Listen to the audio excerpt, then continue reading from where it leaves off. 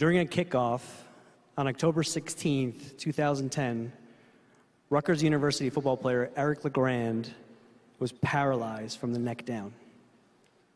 The fans in the stadium that day were stunned and helpless. They were waiting for that signal to come. Eric LeGrand, who's an incredible soul and a fighter, talks about wanting to give that thumbs-up signal that Mike Utley of the Detroit Lions gave when he was carted off the field for a similar injury. But that signal never came. The incredible thing about sports is that you instantly become part of a family. You feel the passion for your team and you feel the pride for your colors. We love sports and we love our teams because we love to compete. When Eric LeGrand joined his team that next season back on the field, Sports Illustrated called it the best sports moment of 2011. My name is Manuel Valencia. I'm the executive director at Glass Media and a mentor to the Tech Wildcatters class of 2015. It's been an honor to serve in this program.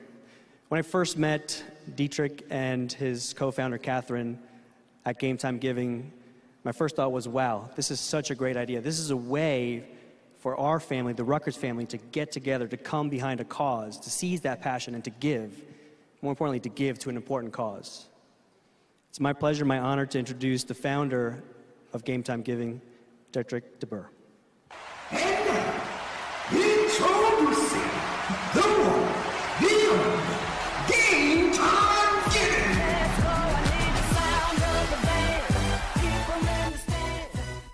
Good afternoon. My name is Dietrich de Boer. I'm with Game Time Giving.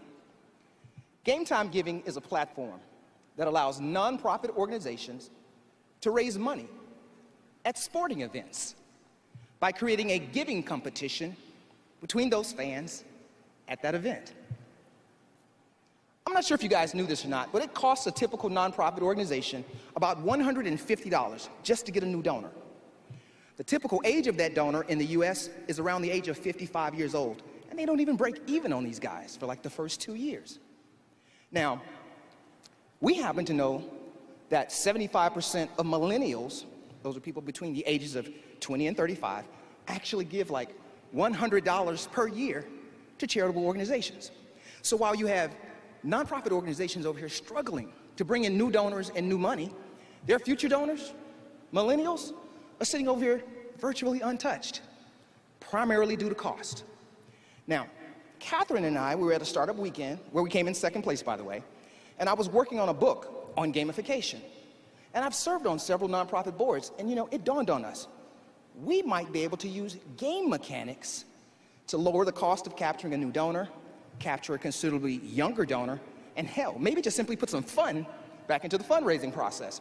And this was proven out for us last year with the Ice Bucket Challenge. You guys remember that? They brought in over $100 million for ALS, breaking all types of fundraising records. They brought in 3 million new donors, and they lowered the typical age of their donor from 45 down to 37. So the question is, how did they do that? Well, they used fun, they used excitement, they used challenge, they used competition. They used what we call game mechanics. And that's exactly what we're doing with Game Time Giving. We're gamifying the giving process. So here's how it works. Let's take John. Now, John is a diehard Texas fan, and he's at the Texas OU game. At a timeout, John looks up at the scoreboard, and he sees that, well, Texas has 7 and OU has 14, and John's not happy about that. But John can also see the Game Time Giving pledge totals, and he sees that the Texas fans, as an aggregate, have pledged $7,180 to various charities so far during the game, whereas the Oklahoma fans have pledged $9,450 to various charities so far during that game. And well, John's not happy about that either. Now let's think about this. John knows he can't run down on the sideline and say, "Coach, please put me in the game so I can put a touchdown on the board for Texas." That will probably get John arrested, right? However, John does have the Game Time Giving app. You see, the Boy Scouts sent him an email and said, "John, you can support us by playing Game Time Giving." And that's exactly what John decides to do. He decides to take matters in his own hands. So John pulls out the app, and he clicks, say, the $2 button just a few times, making micro pledges to support the Boy Scouts. He's driving up the pledge totals for Texas also. And then he shares this with his friends on Facebook. He shares this with his friends on Twitter. He's asking them to do the same thing, and of course, many of them do, driving up those pledge totals for Texas. Now, let's think about this. You're an Oklahoma fan. You're seeing these numbers go up. Are you going to sit here and take this challenge from John and the Texas fans lying down? I don't think so. And that's when we say the real game is going to begin. Now, you might say, well, interesting, but who would actually fundraise at a sporting event? Actually, it's pretty big business. For example, Pursuant Sports, who's a leader in this industry, has a program called Plant the Flag. Plant the Flag is designed to turn fans into philanthropists.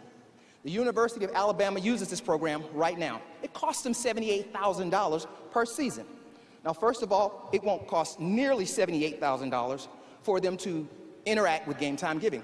More importantly, we target millennial donors, whereas they focus on more traditional donors. So we're going after Alabamas and the Georgias and the Oklahomas and the Texas, those big rivalry games, of course. But we have some things right now currently in our lap. For example, we currently right now have an agreement with the Dallas Stars to work some games this upcoming season. Yesterday, we met with the Texas Legends, and they're looking to do the same thing. We're in talks with the Frisco Rough Riders to actually do the same thing. So you may be asking, interesting, but how do you actually turn this into a business? Well, first of all, we charge a transaction fee or commission on all of those donations that are actually collected. And then we charge a listing fee to all the nonprofits that are actually listed in our app. Now, this is what the next 6 to 7 months of our pipeline looks like. Basically, we're looking at about $644,000 in revenue by March. Now, that's based upon us taking an 8% commission, with 20% of the people in the stands playing, giving about $24. Now, just imagine, that's inside of the arena. What does it look like outside of the arena? People watching the game. So we know we're going to make a huge financial impact. Hell, we know we're going to make a huge social impact. We're going to gamify the giving process. We're going to put a little bit of fun back into fundraising. And that's how we're going to change the world. We're just doing it one game at a time. I'd love to answer any questions you guys may have. Look forward to talking to you later. Everybody's screaming like the #1 fan.